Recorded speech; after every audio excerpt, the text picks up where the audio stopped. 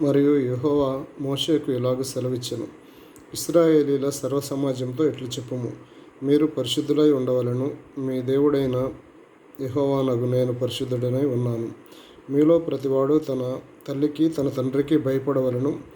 నేను నిర్ణయించిన విశ్రాంతి దినములు ఆచరింపవలెను. నేను మీ దేవుడైన యెహోవాను. మీరు తిరగకూడదు, మీరు విగ్రహములను చేసుకొనకూడదు.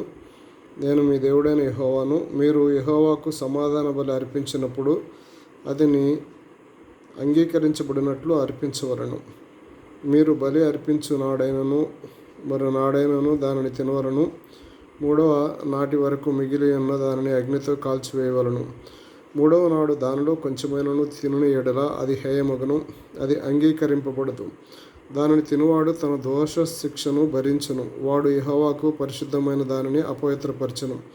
వాడు ప్రజల్లో నుండి కొట్టివేయబడును. మీరు భూమి పంటను కోయినప్పుడు మీ పొలము యొక్క ఓరలు పూర్తిగా కోయకూడదు. నీ కోతలో పరిగెను ఏరుకొనకూడదు. నీ ఫలవృక్షముల తోట పరిగెను కూర్చుకొనకూడదు. నీ ఫలవృక్షముల తోటలో రాలిన పండ్లను ఏరుకొనకూడదు. బేదలకు పరదేశులకు వాటిని విడిచిపెట్టవలను. నేను మీ దేవుడైన యెహోవాను. మీరు దొంగిలింపకూడదు, బొంకకూడదు, ఒకనితో ఒకడు అబద్ధమాడకూడదు. నా నామమును బట్టి అబద్ధ ప్రమాణం చేయకూడదు. నీ దేవుని నామమును అపవిత్రపరచకూడదు. నేను యెహోవాను. నీ పొరుగువాని హింసింపకూడదు, వానిని దోచుకొనకూడదు. కూలి వాని కూలి మరునాటి వరకు నీ యొద్ద ఉంచుకొనకూడదు. చెవిటి వాని తిట్టకూడదు, గుడ్డివాని ఎదుట అడ్డము వేయకూడదు. నీ దేవునికి భయపడవలను. నేను యెహోవాను. అన్యాయపు తీర్పు తీర్చకూడదు. భేదవాడని పక్షపాతము చేయకూడదు. గొప్పవాడని అభిమానము చూపకూడదు. న్యాయమును బట్టి నీ పొరుగువానికి తీర్పు తీర్చవలను. నీ ప్రజల్లో కొండెములాడుచు ఇంటింటికి తిరగకూడదు.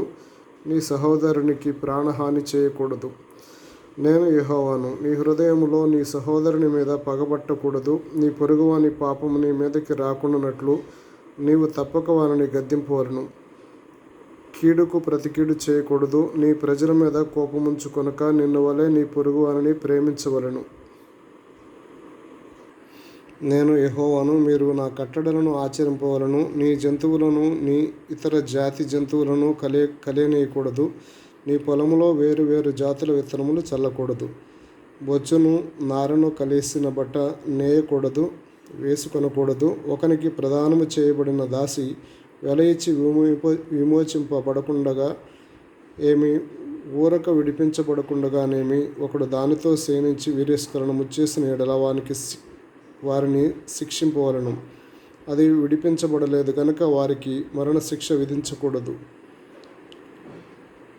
అతడు పాప పరిహారార్థ బలిని అనగా అపరాధ పరిహారార్థ బలియగు పొట్టేలును ప్రత్యక్షపు గుడారం యొక్క ద్వారమునకు యెహోవా సన్నిధికి తీసుకుని రావలను.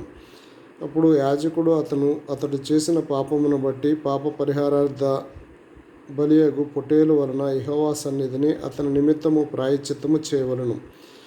దీని వలన అతడు చేసిన పాపము విషయమై అతనికి క్షమాపణ కలుగును. మీరు ఆ దేశమునకు వచ్చిన ఆహారమునకై నానా విధములైన చెట్లను నాటినప్పుడు వాటి పండ్లను అపవిత్రముగా ఎంచవలెను. వాటి కాపు మీకు ఎక్కువగా ఉండునట్లు అవి 3 సంవత్సరముల వరకు మీకు అపవిత్రముగా ఉండవలెను. వాటిని తినకూడదు. 4వ సంవత్సరమున వాటి ఫలములన్నీయు యెహోవాకు ప్రతిష్ఠితమైన స్థుతియాగ ద్రవ్యములగును. 5వ సంవత్సరమున వాటి ఫలములను తినవచ్చును. నేను మీ దేవుడైన యెహోవాను. రక్తము కూడినదేదియు తినకూడదు. శకునములు చూడకూడదు. మంత్రయోగములు చేయకూడదు. మీ నుదుటి వెంట్రుకలు గుండ్రముగా కత్తిరింపకూడదు. నీ గడ్డపు ప్రక్కలను గొరగకూడదు. చచ్చిన వాని కొరకు మీ దేహమును చీరుకొనకూడదు. పచ్చబొట్లు మీ దేహమునకు పొడుచుకొనకూడదు. నేను మీ దేవుడైన యెహోవాను. మీ దేశము వ్యభిచరింపకయు దుష్కామ ప్రవర్తనతో నిండకయు ఉండినట్లు నీ కుమార్తె వ్యభిచారిణీయుటకై ఆమెను వేశ్యగా చేయకూడదు. నేను నియమించిన విశ్రాంతి దినములు మీరు ఆచరింపవలను. నా పరిశుద్ధ స్థలమును మన్నింపవలను. నేను యెహోవాను. కర్ణ పిచాచి గల వారి దగ్గరకు పోకూడదు. సోదెగాండ్రను వెదకి వారి వలన అపవిత్రత కలుగ చేసుకొనకూడదు. నేను మీ దేవుడైన యెహోవాను. తల నెరసిన వాని ఎదుట లేచి ముసలివాని ముఖమును గనపరిచి నీ దేవునికి భయపడవలను. నేను యెహోవాను. మీ దేశమందు పరదేశి నీ మధ్య నివసించినప్పుడు వారిని బాధింపకూడదు. మీ మధ్య నివసించు పరదేశిని మీలో పుట్టిన వాని వలె ఎంచవలను. నిన్ను వలె వారిని ప్రేమింపవలను. ఐగుప్తు దేశములో మీరు పరదేశులై ఉంటిరి.